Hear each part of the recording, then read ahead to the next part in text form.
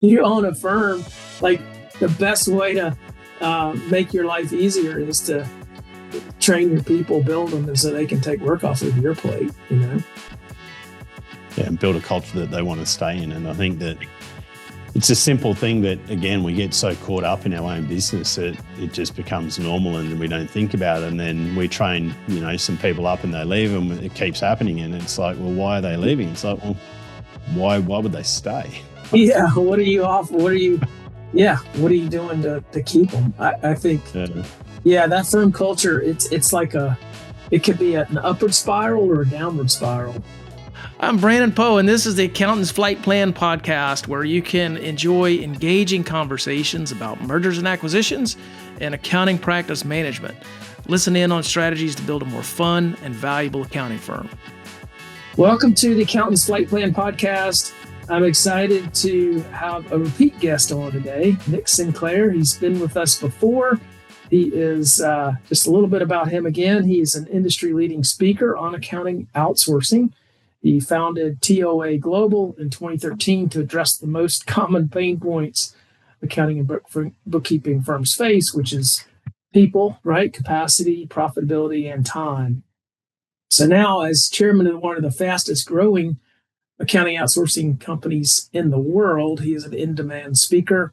TOA has grown to more than 1,800 team members, serving more than 600 accounting and bookkeeping firms across Australia, New Zealand, the United States, and Canada. And prior to his current role, he successfully ran his own accounting, bookkeeping, and financial planning firm for more than 10 years.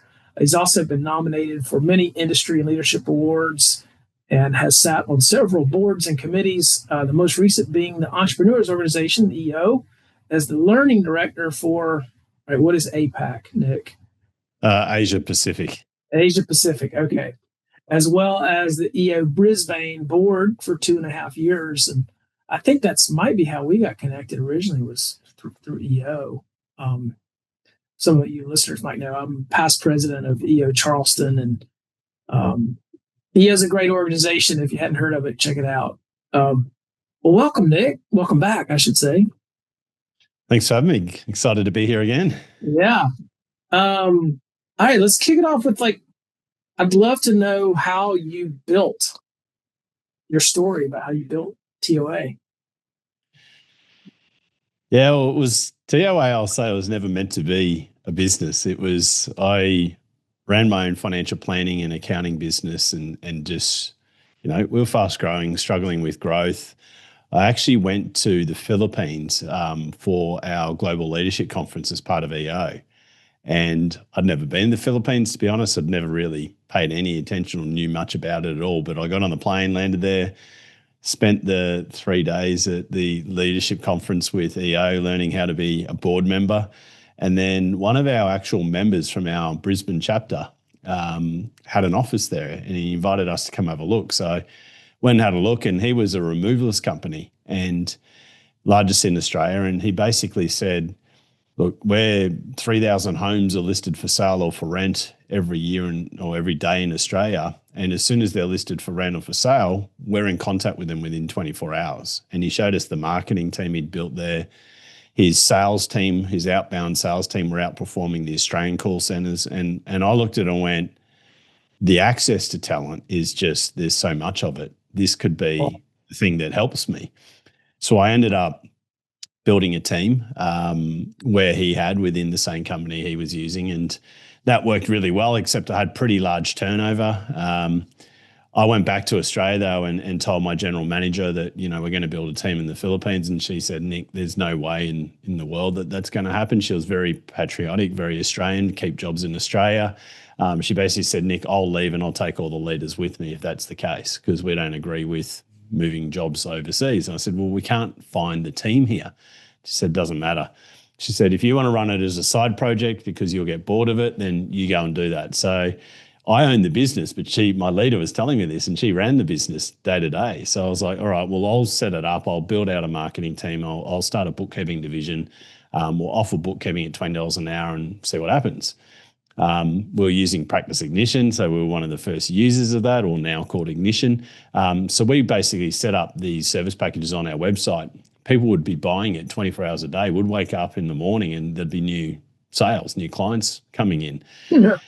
And it worked really well, but we had pretty big turnover, and my leaders just thought it was me and my leadership style. But when we went over there, I ended up convincing my general manager to come over. And she came over, and as you know, the first place we went and visited after that, she said, "Look, we're flipping the business. We're putting every team member that isn't practicing over here." Oh, wow. Then we went and met with where our team was and realized that we were training them up and they were just moving them to another client and selling them for more money. So we were doing such a great job at training them, they could get more money for them. And then, so we became their training provider, but they didn't tell us that. So my first young and dumb moment was, it can't be that hard to run a business in another country. I'll just set up and incorporate and move into my own office and build out my team. So I did that. And not long after that, the president of our board was a guy called Rob Nixon. So one of the most prolific, I'll say, coaches in the accounting space for over 20 years. Yeah. He's an absolute amazing coach that's transformed lots of accounting businesses. And he took me on his roadshow called Capitalizing on the Cloud throughout Australia and New Zealand, 13 cities, 1,400 plus accountants. And I was just telling my story about what I was doing because he was obviously talking about transitioning to advisory and running businesses better and talking about, well, you know, young people like Nick are going to come in and start outsourcing $20 an hour. It's going to take, you know, compliance work away and you're going to not be able to compete. What I didn't know is after the first event, I had 5 firms come to me saying, "Nick, love what you do. We don't want to set up overseas. Do you have some spare desks?" And I'd taken a 50-seat office. I had 30 people in it, 20 spare desks. I worked out, well, if I sell those 20 spare desks, then that will cover my rent. It'll cover all the HR and talent and housekeeping and all the team that I needed. So I said yes. But over the next 3 weeks of that roadshow, I said yes 90 times and had sold 90 roles. And then the next year we became 200. Then the year after 400. Then I was like, well, this is a proper business now. I can't. This is a business now. I needed to make a decision of, you know, do I keep running my accounting and financial services business or this other one? And the big thing is my parents lost everything when I was 18. I don't say it's because of the accountant, but I say it's because they didn't get the right advice. So my, I suppose, drive or why for being in business was largely about trying to help people not have to go through what my family went through, my parents particularly. They lost everything. They ended up getting divorced. Financial impact was definitely part of it. It wasn't the sole reason. So for me, I had this drive to, you know, to be able to get advice in the hands of everyone so that they wouldn't have to go through those challenges that my parents did. I think it would have been a lot better if they got the right advice. So that for me was a pretty easy decision. I'm like, well, I can give as much impact as I can one-to-one and with the team that I'd built, but I couldn't really run a business. It was so reliant on me. But the outsourcing, we could build a global organization. At that stage, it was only meant to be serving Australian clients. And I could build a business that didn't rely on me. It wasn't just about me and my advice, that could have a greater impact to accounting firms who could then impact all their clients. So that was the initial driver. And today we're 4,500 people, 1,100 firms across several. We've got offices in the US, we've got offices in Australia, we've got team members in South Africa, predominantly the Philippines, but we're also in the process of putting on team members now in Colombia and India. So it's gone well beyond my wildest dreams at the start. Yeah, what a great story. Why do you think the talent pool is really strong in the Philippines, or why was it? You know, why was there, you know, so much good knowledge? How do they get educated? Why aren't they employed? You know, I'm just kind of curious about the landscape there. Yeah, it's just a big population. I mean, there's 100+ million people there. So like if you compare that to Australia, there's only 25 million. If you compare it still to America, it's a huge population, and accounting is one of the top degrees there. Nursing is the number one, and accounting is probably within the top, 3 to 5 degrees. So there's over 25,000 people going through the university every year. It's still seen as a safe and stable job. They have had declining numbers like everywhere else, but there's just such a huge talent pool. There's hundreds and hundreds of thousands of accountants there. And the great thing about the Philippines is it was a territory of America for a long period of time. So they're taught American English from birth. It's part of their education system. Their accounting, the way that everything is done there is largely American because of the influence that America had on it for a large period of time.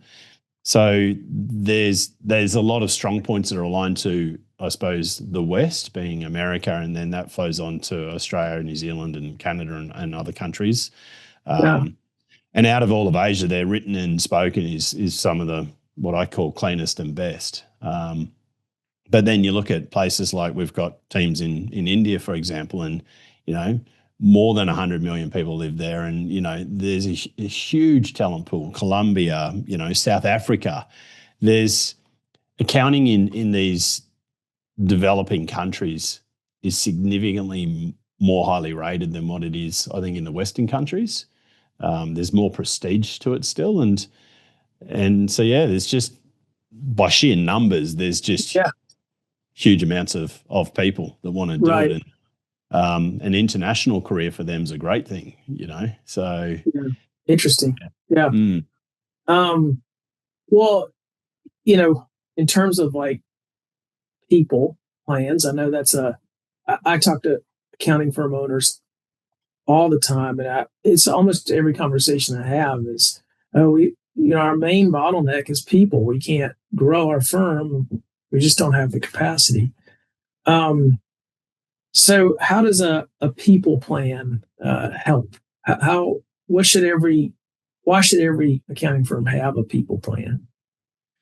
It's a great question. It's something that, to be honest, when I first was running my own firm, I didn't have one. And it was something that, I've become passionate about the people side of businesses as I've been running TOA, as I've been building it. And for me, it was the fun. I mean, when I look back now at my own firm and look at our struggles of growth, we just never had the capacity. And I look back and go, it's just because we never actually built a plan. And a people strategy to me is the first thing that you should do as part of your business planning is work out, well, what capacity do we need now and in the future, and how do we always carry excess capacity? And it really is, I call it the accounting talent mix. It's breaking it up into three key areas. It's what onshore team do we need? What global resources do we need? And then what on-demand talent do we need to ramp up or ramp down either through tax season or if we get a few large clients at once? How do we have a strategy that we can call upon some short-term resources to be able to put that in place? A firm should never have to knock back clients. They should never not be able to grow because they don't have the ability to do the work. But yet our industry as a whole is overworked. A large amount of them are underpaid for the amount of work they do. And there's this constant stress of trying to get work out. And there is sufficient people, but it takes 3, 5, 6, 7 years to build a proper team structure out, particularly with global teams. It's not a short-term fix, it's a long-term strategy. And a lot of people just aren't willing to do the work. And, whenever I ask, when I speak, how many of you have a people strategy in place, next to no hands go up. The big firms do in a way, but not really. Yeah. It is a hard thing to work on. I know we kind of built out, we call it the accountability chart, which is a EOS term for those of you on EOS. Yep. And it's really just looking at an org chart. It's like you build this chart and it's hard. It's hard to know, like, okay, what seats do you need and what do you need to ramp up? But it's such valuable work. I agree. And then, I do think the reputation of offshoring has changed. I think we sold, it's going on 10, maybe 15 years. We sold a firm in Canada that was an early adopter, and they had basically all of their team in Canada was client-facing only, and all the prep was done in the Philippines. And, when we put it on the market, we weren't sure how it was going to be received. And it actually, people were very intrigued by the model. When we'd show that deal to buyers, they were very intrigued. And we didn't have any trouble selling it. And that was quite a while ago. And I think, fast forward to today, I think more and more people are willing to. I don't think it's I don't think it's as negatively viewed as it was. I think it's becoming more accepted. Um, what are do you have any thoughts about like um, why offshoring might not have a stellar reputation, and why is important for the success of a firm? Yeah, I definitely do. And I think, we've been beating this drum for over 13 years. So I'm glad that, perception has changed. I remember when I first spoke on that stage with Rob Nixon, I got booed off stage. I got told I'm un-Australian. I got told that I'm taking jobs away. I got called everything under the sun. And even when we were first in America, when we're trying to beat the drum there, it was the same thing, you're taking jobs away from America, and it's, the quality's bad. And I think that if you look back at the history of it, outsourcing was where it all started. So where you send a job and get a job back. And, I use that for my own firm, and quality varied, and it varied on the more successful the outsourcing firm was, the quicker they had to train people, which normally meant the lower the quality.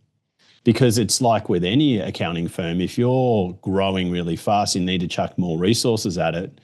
If you're throwing more resources at it in a developing country, and predominantly it was India to start with, to be honest, where most of the outsourcing was being done, which meant they're just trying to hire people and train them up as quick as they can, but they're also trying to keep the work going out the door because they want to keep the customers happy. So what we saw is the, I suppose, explosion of their success was actually to their detriment because the quality dropped. Or depending on how well one person was trained versus another, it depended on who you got. So I think that was initially where people went, well, the quality's not great, because at times it wasn't. And that was a big reason why I wanted to set up my own office and control the process, the systems, the training. Our model is very much about giving firms dedicated people, not sending a job and getting a job. And that was the initial reason for me, was that control part. But I think that, it evolves. I think outsourcing has a bad reputation because of the quality, and or the language barriers. People don't understand how to manage different cultures. To be honest, 99% of the time, outsourcing exposes a firm's weaknesses in either leadership, process and systems, or just the way that they run their business. But then they turn around and blame the provider, as opposed to actually like, we've seen the good, bad, and the ugly. Like, we work with over 1,100 firms. Our smallest firms are sole practitioner. Our largest is, a top 5 firm in the US. We've seen it all. It works really, really well as a strategy where the firm puts it in place. But we've seen some absolute train wreck of businesses that, and some of them are the big influencers out there that talk the big game, but their businesses internally are not being run that well. And I think outsourcing, where you hear most negative stories, it's actually amplifies some issues that they have internally. Now, in some cases, that there is outsourced providers, the small startup ones, they don't really have their stuff together. They're just trying to get up and running. I mean, to be honest, when we first started, we were 90 people very quick, and we were scrambling. We had no idea how to run an outsourcing company. I was running an accounting firm.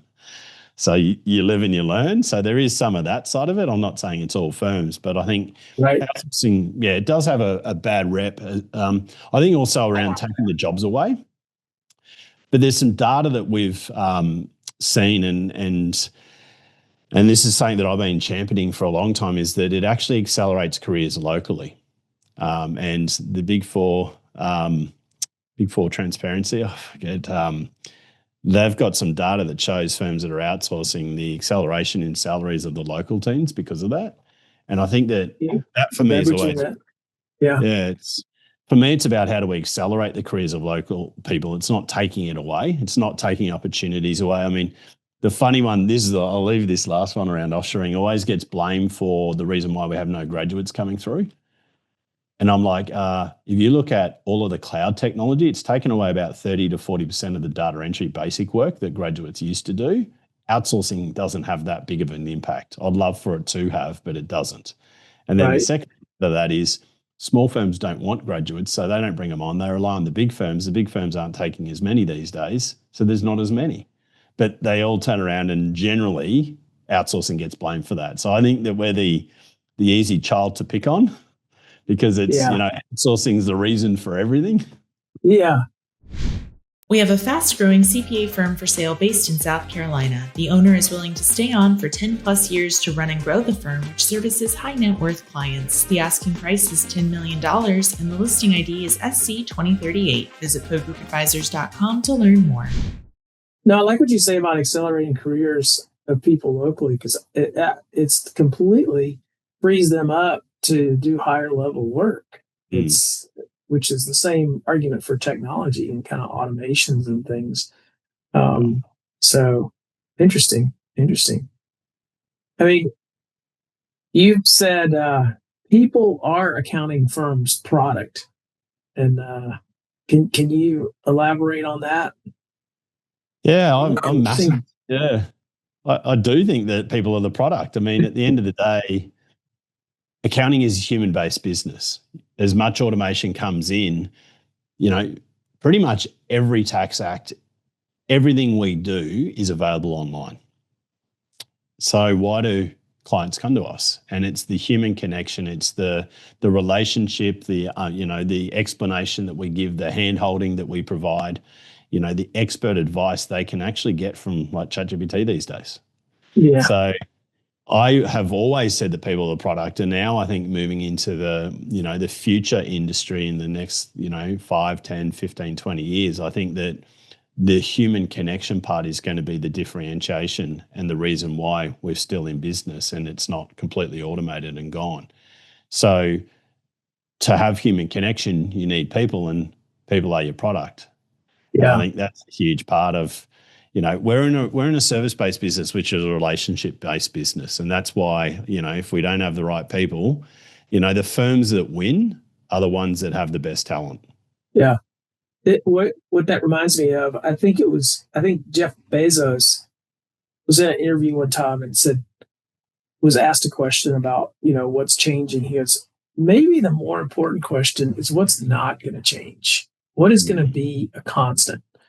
And I think this is one of those examples of something that's not going to change, is that clients are going to, I think, especially ones with more complex personal business situations, they're going to want that person.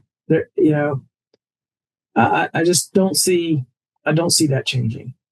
No, people want validation, and the simple tax returns and that will potentially go, but that's not where we really add value anyway. But I run a business. We have accountants across 7, 8 countries. Like, we rely on those for that advice. That won't go away. We could Google it, ChatGPT, whatever. We could find that, but we want to validate and know and hear from them that it's the right thing, and we pay for that. We're happy to.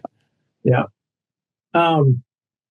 Education. That's another thing that you like to talk about. It's a topic near and dear to your heart. Tell us, about your thoughts on the importance of education in the accounting industry. Yeah, one of the things that I really didn't like, I was traditionally in the financial planning and financial services background, and coming into the accounting, one of the things that I struggle with, and when I first got in the industry, I struggled to get a job like as a financial advisor, and it was because of my age. And everyone so I went and set up my own business in the end and went, "I'll stuff you, I'll prove you wrong." But for me, it's, coming into the accounting space, it's the old, 10 years to partnership as a minimum. And I'm like, why are we holding people back? Like, why don't we just get people competent quicker? And it's, oh no, you need to do this for 2 years. And I remember, when I was doing my degree, and I went and did some work experience, and, I made coffee and I filed, and I'm like, yeah, give me some stuff that I'm actually going to add value and I can accelerate. So for me, the training part is, if we don't train and develop our team and we don't accelerate their careers, they're going to go and find a career somewhere else, or we're going to have them for a period of time. And for me, I just see that we're holding so many people back. Yes, they need capability and they need technical skills, but how can I just challenge every firm, how do we accelerate that? How do we give them the capability and skills sooner so that they can progress their careers? Because the more advanced workforce we have, the better we're able to serve our clients and the more clients we can take. Where my real passion for learning came in, and my siblings and parents and that laugh at this, because I hated school. I hated, I don't believe in university degrees and colleges, and that was not my thing. But what I really, I suppose, going through this journey of growing TOA found is that firms were really bad at training. Some people were really great and they succeeded with a global team. Most were really bad and it didn't work as well as it should have. Yeah. So, I had this real passion of how do we build career plans? How do we start to give the training so that we could accelerate the careers of the local team, but also accelerate the careers of the global team? And one of the challenges with offshoring is when you build a really good team, you've got some real good capacity. But the biggest challenge we often saw is that the intermediates or the seniors locally couldn't go to that next level. So suddenly we're growing all the people in the offshore team so that they're great intermediates. Some were even some seniors. But then the gap was they didn't have competent people locally to be able to lead them. So we started offering leadership training to firms and all sorts of training to try and accelerate. But for me, it's if you want the best people, you've got to develop them. Look at every sporting. They do it. Why don't we do it? Yeah. If you're going to attract like A players, they want to be challenged and they want to be able to move up. And I think we could probably talk for a long time on this topic, Nick, is so many firm owners they're so buried in they're still doing so much of the work themselves and they're still working too many hours themselves that they're not able to strategically think about training their teams and really invest in their people. And the ironic thing is that's how they get freed up. Like if you own a firm, like the best way to make your life easier is to train your people, build them, and so they can take work off of your plate, Yeah, and build a culture that they want to stay in. And I think that it's a simple thing that, again, we get so caught up in our own business that it just becomes normal and we don't think about it. And then we train, some people up and they leave and it keeps happening. And it's like, well, why are they leaving? It's like, well, why would they stay? Yeah. What are you off? What are you doing to keep them? I think, that firm culture, it's like it could be an upward spiral or a downward spiral, right? Yeah. And happy people don't mean productive people. Like you can have a really happy team, but it doesn't mean they're productive and effective. Yeah, true. That's true. What do you think is the biggest challenge you have with getting firm owners to build a global team? I think the stigma of it, that would have been the first, 5 to 7 years of while we're running TOA. But these days it's more around how do they document and build their process and systems for consistency is probably one of the biggest challenges. And how do you do that while you're building a global team? Because if you wait to get that all built out, you'll never do it. And then the second one is really around leadership. It's people that are, because we're putting teams underneath, seniors or managers, predominantly really the seniors and even intermediates. And they've never really had exposure to leading people, or if they have, it's one or two people. But when you're building a global team, there's more. So I think leadership is probably the biggest challenge as well outside of the system and process so that there's consistency, particularly when you've got multi-directors. They all want to do it their own way. So when you have a global team, there should only be one way. Or then in business, there should only be one. So for consistency and ability to scale out the workflow.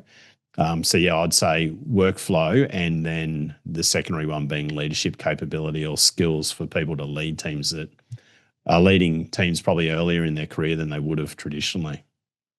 Are there any unique aspects in your mind of leading a offshore team or even maybe just a virtual team that you don't have in a brick and mortar environment?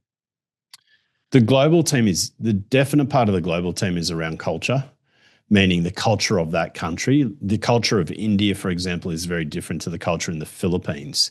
So the culture in the Philippines is about pleasing. So they'll always say yes, even if they mean no, they'll just tell you yes because they don't want to. They call it saving face.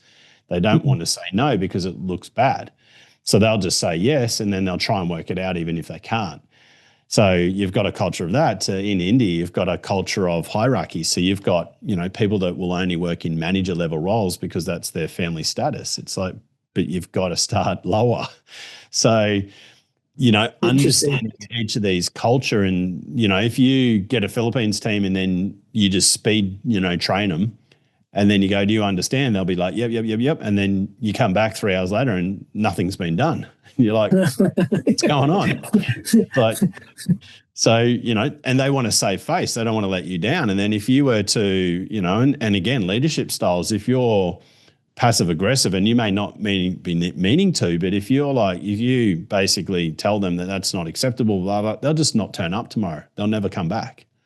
Wow. So because they want to save face, they don't want to, that's their reputation's been, impacted amongst their peers now. So understanding the culture is the part, I call it, it's really the secret sauce. And we train all of our clients. We've got full training programs on this so that they really understand how to get the best out of them based on cultural differences.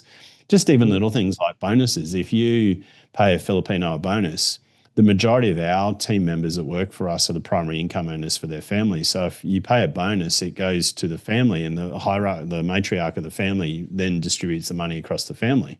So they don't actually get it. But if you were to go and buy them like a day spa or a massage or something that they would want for themselves personally, they're going to, while their family gets the impact of the money and they definitely appreciate it, it may be more impactful every now and again to go, look, I'll book you in for a 3-hour day spa. Or something that is, where do you want to go on holidays, and give them something that's more impactful. So it's really understanding the culture, but also understanding how to maximize and get the best out of people.